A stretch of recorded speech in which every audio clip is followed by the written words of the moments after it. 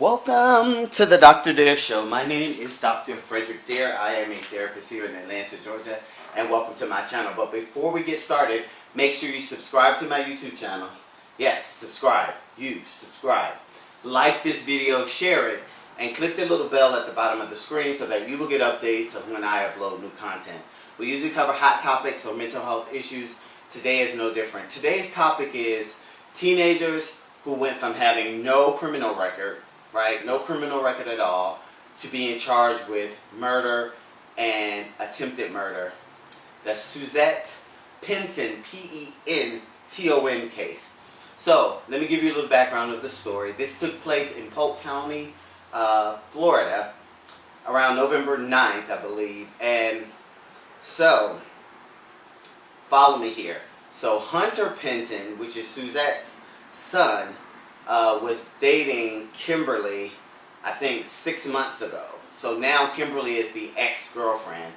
But there seems to be some kind of drama that was going on between Hunter and Kimberly, that they were going back and forth on social media, via text, I think, or something like that, just going back and forth. So one day Kimberly decides to tell Hunter that she was going to get her new boyfriend, Elijah, to beat Hunter up. Okay, so they decide to get into this church van on November 9th and drive over to the Penton's residence. Along with Kimberly and Elijah were two other people. There was Hannah and Raven. And so the crazy thing is, this is why you have to watch the people your kids hang around.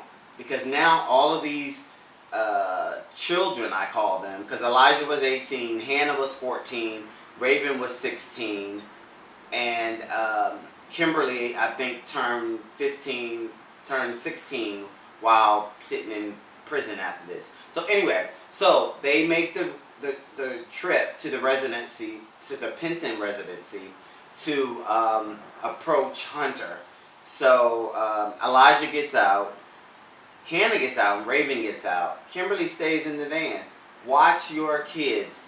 See, this is the thing why you should be knowing who hangs around your kids. Because I kid you not, there's always one that's, I'm a therapist, so I'll say that's a little special, that will get your kids in trouble, and then they go from no criminal record to being charged with murder and attempted murder. Anyway, so they get into Elijah's father's church van and drive to this house. They approach Hunter. I think Elijah and Hunter get into a physical altercation. I think Raven hit some shots in there as well. Hannah, on the other hand, is videotaping the whole situation. So Suzette, innocent librarian, coming home to find that these people were just in her house and they had attacked her son, and she was basically trying to get a video of the van and of them just for evidence, I'm assuming. And Elijah allegedly decides to run her over. She didn't die right away. I think she died weeks later. I don't know all the details. Rest in peace, Suzette Penton. And this is just a horrible story, but the reason I brought it to you is for several reasons. For one, watch the people that your kids are hanging around. These kids' lives are ruined because of a little argument between an ex-girlfriend and an ex-boyfriend. Why are you still communicating if you have a new boyfriend? What was making you stay around or keeping in contact with Hunter when you have a new boyfriend, Elijah? Okay, that's one point. And then peer pressure. Watch it, jumping along and going in with your friends because somebody else is doing it. Not a good thing. If there's any parents out there, please talk to your kids about peer pressure. I've done a video on this before, because for some reason peer pressure is an old term, but it's still happening. And these kids are prime examples of what can totally go wrong.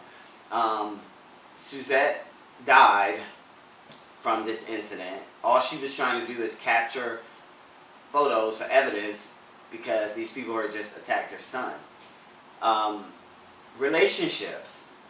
If you are going back and forth with somebody you used to be in a relationship, why are you still communicating with them? It's over. You have a new boyfriend. Move on. Don't linger around. This got out of hand for no reason. But I question the mental health of Kimberly because it seems like, allegedly, what I was seeing in different articles that I was reading, that she was having like behavioral problems. Like there's something, I don't know if conduct disorder, behavior, whatever, something was there that was creating, and that's why your kids cannot follow the people they're hanging around. These are all kids. Hannah was only 14, Raven 16, Elijah was 18, and Kimberly turned 16 while she was in jail. So now, they went to jail, I forgot what it was initially. It wasn't murder and attempted murder. Now, Elijah is facing murder, and I think Hannah and Raven and Kimberly may be facing attempted murder. Don't quote me on that. But my point is, again, I wanted to talk about peer pressure, and parents, please talk to your kids, because this lady is deceased from something that could have been prevented if these parents would have stepped in and followed what their children were doing. Not blaming the parents, so I don't need the comments in that.